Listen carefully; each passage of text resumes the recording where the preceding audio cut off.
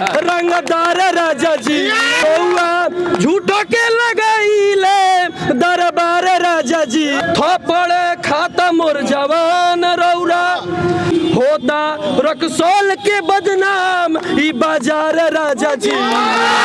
वर्दी कोई भी हो, वर्दी का सम्मान होना चाहिए, वर्दी का सम्मान होना चाहिए।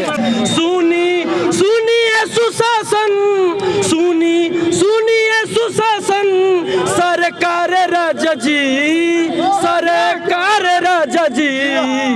कबल जारी भ्रष्टाचार में बिहार राजा जी, कबल जारी भ्रष्टाचार में बिहार राजा जी।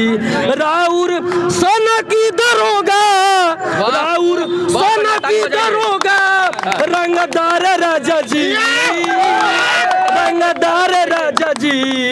कबल जारी भ्रष्टाचार में बिहार राजा जी। रउआ झूठो के लगाईले दरबार राजा जी, झूठो के लगाईले दरबार राजा जी। कबल जारी भ्रष्टाचार में बिहार राजा जी। लागम छोट थप्पड़ खाता मोर जवान रौरा, थप्पड़ खाता रौर जवान काहे चुप बानी रौरा, थप्पड़ खाता मोर जवान काहे चुप बानी रौरा। अरे होता रक्सौल के बदनामी, होता रक्सौल के बदनाम ई बाजार राजा जी। कबल जारी भ्रष्टाचार में बिहार राजा जी, कबल जारी भ्रष्टाचार में बिहार राजा जी। पूरा रिपीट बिहार ये भूतपूर्व सैनिक है और ये एक सैनिक की पीड़ा समझ सकता है और यही कारण है कि सिवान से चल के आए। कहाँ से आए चल के? सिवान से चल के आए हैं। सिवान से इसलिए चल के आए कि हम फौजी को दर्द समझ सकता है कि फौजी की पीड़ा क्या होती है। अच्छा, जब आप तक सिवान तक ये आवाज सिवान तक पहुंच गई और आप सिवान से चले आए तो मोतिहारी और रक्सौल के विधायक और सांसद और डीएम एसडीएम तक ये आवाज क्यों नहीं पहुंचे? देखिए, मैं सबसे पहले बता दूं कि सबसे पहले देश प्रेम की परिभाषा समझना पड़ेगा। सच्चा प्रेम जतन से होता, वाह, सोना चांदी नहीं रतन से होता। सुनिएगा, सच्चा प्रेम जतन से होता, सोना चांदी नहीं रतन से होता। उस प्रेम पर सब ने उछावर जो महबूबा से नहीं वतन से होता। तो मैं यही एक सवाल ये बताइए, आपका ईमान आपको ये आजादी देगा कि किसी पुलिस वाले पर हाथ उठाते? बिल्कुल नहीं। और आतंकवादी का आंख निकाल लीजिएगा नहीं? बिल्कुल। उनको तो मैं तो बोलता हूँ, चैलेंज देता हूँ कि जैसा जीवन एक फौजी जीता है वो हमको जी कर दिखा दे, मैं उनकी गुलामी कर दूंगा।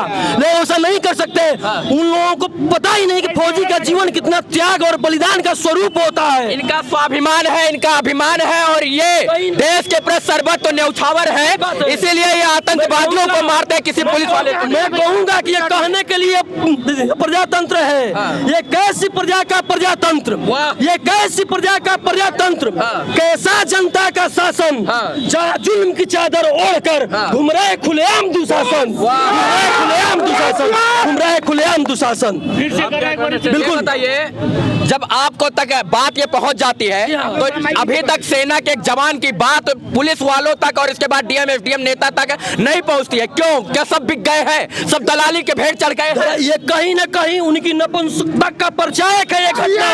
उनको सबसे पहले संज्ञान लेना चाहिए। और कोई आपको डर नहीं लग रहा कि आपका पेंशन बंद कर देंगे, आपको भी मारेंगे? अरे पेंशन के ललकार रहा है। हम वतन के लिए ही जीते हैं और वतन के लिए ही मरते हैं।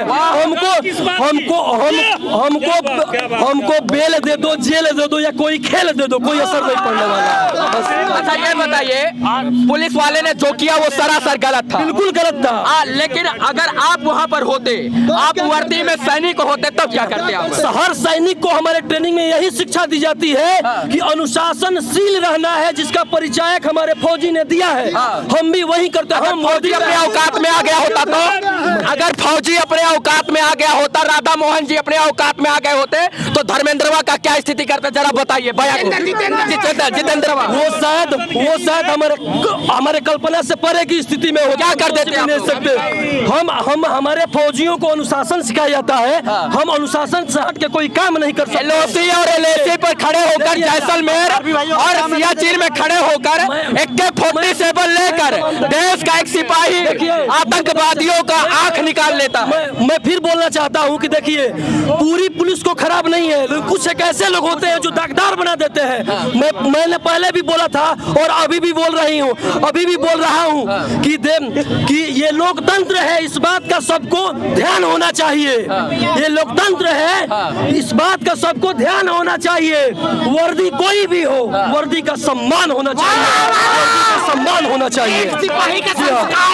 क्या मैसेज देना चाहते हैं आर्मी भाइयों को? क्या मैसेज देना चाहते हैं? हम लोग जो भी सिस्टम, आर्मी भाइयों को क्या मैसेज देना चाहते हैं? आर्मी भाइयों को क्या मैसेज देना? हम यही बोलेंगे, जो छुट्टी में आए हुए आर्मी भाइयों को क्या मैसेज देना चाहते हैं? बिल्कुल वो लोग आए, हमारे संगठन को मजबूत करें और सिस्टम के थ्रू हम लोग जाकर जवान को न्याय दिलाएं।